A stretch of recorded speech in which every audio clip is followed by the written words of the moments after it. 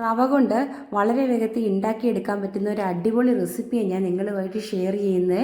Hi friends, welcome back. Shilji ബ്ലോഗ്സിൻ്റെ ഇന്നത്തെ പുതിയ വീഡിയോയിലേക്ക് എല്ലാ കൂട്ടുകാർക്കും സ്വാഗതം. വളരെ ടേസ്റ്റിയും സോഫ്റ്റുമായിട്ടുള്ള ഈ കേക്ക് ഉണ്ടാക്കിയെടുക്കുന്നത് നമ്മൾ സ്റ്റീം ചെയ്താണ്. നല്ല സ്വീറ്റ് ആയിട്ടുള്ള ഒരു റെസിപ്പിയാണ്. അപ്പോൾ വീഡിയോയിലേക്ക് പോകാം.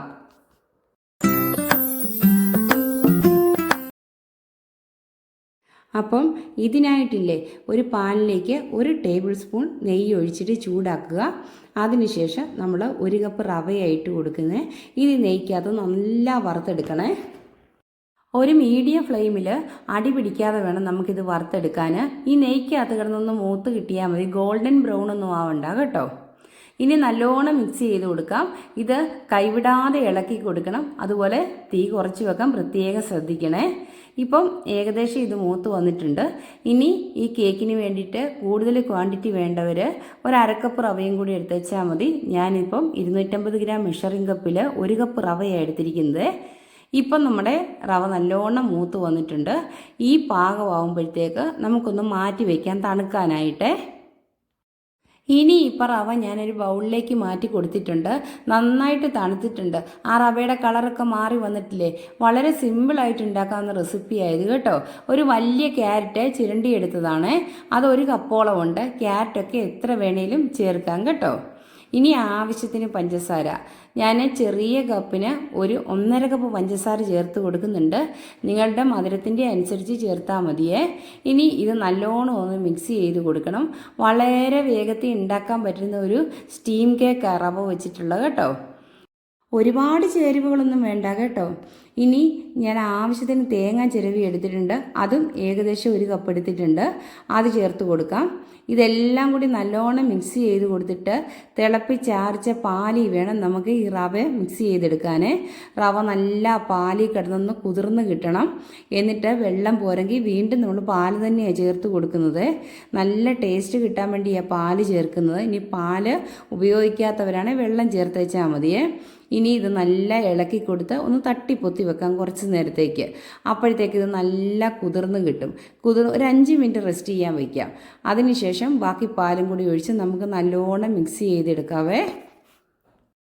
കുറച്ച് സമയമേ നമ്മൾ അടച്ചു വെച്ചപ്പോഴത്തേക്ക് ആ റവയൊക്കെ പാകത്തിന് കുതിർന്ന് കിട്ടിയിട്ടുണ്ട്. നല്ല കട്ടിപ്പരുവത്തിലാണ് കിട്ടിയിരിക്കുന്നത്. ഇനി ഇത് നമുക്ക് കുറച്ചുകൂടി ലൂസാക്കി എടുക്കാവേ. അതിനുവേണ്ടി എടുത്തു വെച്ചിരിക്കുന്ന പാല് കുറേശ്ശെ ചേർത്ത് കൊടുത്ത് ഒന്നുകൂടി ഇളക്കി കൊടുക്കണം. ഈ പാൽ ഇതിൻ്റെ മുകളിൽ നികക്കെ നിൽക്കണം. എന്നാൽ മാത്രമേ ഉള്ളൂ ഇത് വെന്ത് വരുമ്പോൾ പൊട്ടിപ്പോകാതിരിക്കത്തുള്ളേ.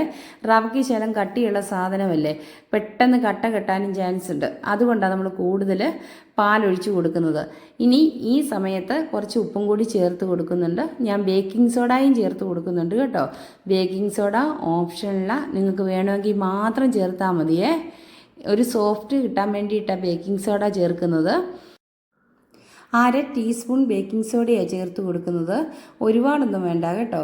ഇനി ഇതൊന്നുകൂടി ഇളക്കി കൊടുക്കാം. അതിനുശേഷം 1 പിഞ്ച് ഉപ്പും കൂടി ചേർത്ത് കൊടുത്ത് മിക്സ് ചെയ്ത് മാറ്റി വയ്ക്കാം.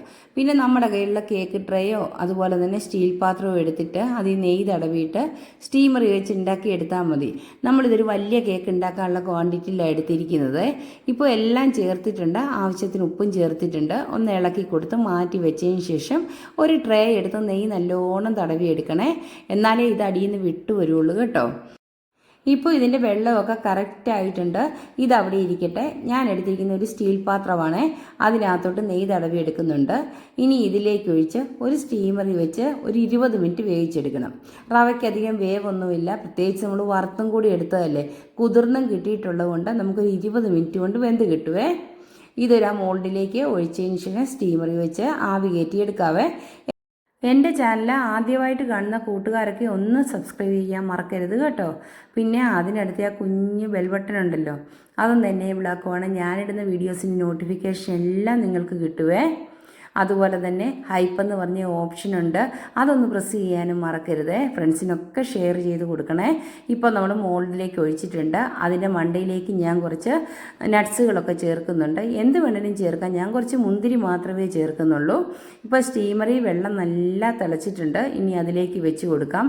ഒരു 20 മിനിറ്റ് ഇരിക്കട്ടെ. അപ്പോഴത്തേക്ക് നമ്മുടെ കേക്ക് റെഡിയായി കിട്ടും കേട്ടോ. ഇപ്പോൾ 20 മിനിറ്റ് കഴിഞ്ഞിട്ടുണ്ട്. ഞാനത് തുറന്ന് നോക്കുന്നുണ്ട്. പാകമായോ എന്ന് നോക്കാൻ വേണ്ടി ഒരു സ്ക്യൂസ് വെച്ചിട്ട് കുത്തി നോക്കണം കേട്ടോ. എല്ലായിടവും കുത്തി നോക്കുമ്പോഴത്തേക്ക് ഒട്ടും പിടിക്കാത്ത പാകത്തിനാണ് നമ്മുടെ ഈ കേക്ക് വെന്തിട്ടുണ്ട്. ഇപ്പം നല്ലോണം വെന്തിട്ടുണ്ട്. ഇനി ഇതൊന്ന് തണുക്കാൻ വേണ്ടിയിട്ട് ഇറക്കി മാറ്റി വയ്ക്കാവേ.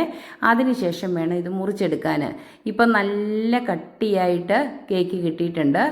ഇത് റവയാന്ന് പറയത്തില്ല കേട്ടോ, വായിലിട്ട അലിഞ്ഞു പോകുന്ന കേക്കാണ്. ഞാനിന്ന് മുറിച്ച് കാണിക്കാവേ. ചെറിയ ചെറിയ പീസായിട്ട് മുറിച്ചെടുത്തേച്ചാൽ മതി. ഇപ്പം കൊച്ചു കുട്ടികൾക്കൊക്കെ ആണേലും ടിഫിന് കൊണ്ടുപോകാനൊക്കെ ഇങ്ങനെ ഉണ്ടാക്കി കൊടുത്താൽ നല്ല ഹെൽത്തി ആയിട്ടുള്ള ഡിഷാണേ. എല്ലാവരും ഇത് ട്രൈ ചെയ്ത് നോക്കണം കേട്ടോ. റവ വെച്ചിട്ട് എല്ലാവർക്കും ഉണ്ടാക്കാൻ പറ്റുന്ന ഒരു കേക്കിൻ്റെ റെസിപ്പിയാണ് ഞാൻ നിങ്ങളുമായിട്ട് ഷെയർ ചെയ്തത്. ഇഷ്ടപ്പെട്ട ഫീഡ്ബാക്കൊക്കെ അറിയിക്കണം കേട്ടോ. ഇനി ഞാൻ മറ്റൊരു വീഡിയോയിൽ വരുന്നതായിരിക്കും. നെക്സ്റ്റ് വീഡിയോയിൽ കാണുന്നത് വരെ okay, bye bye. Thanks for watching.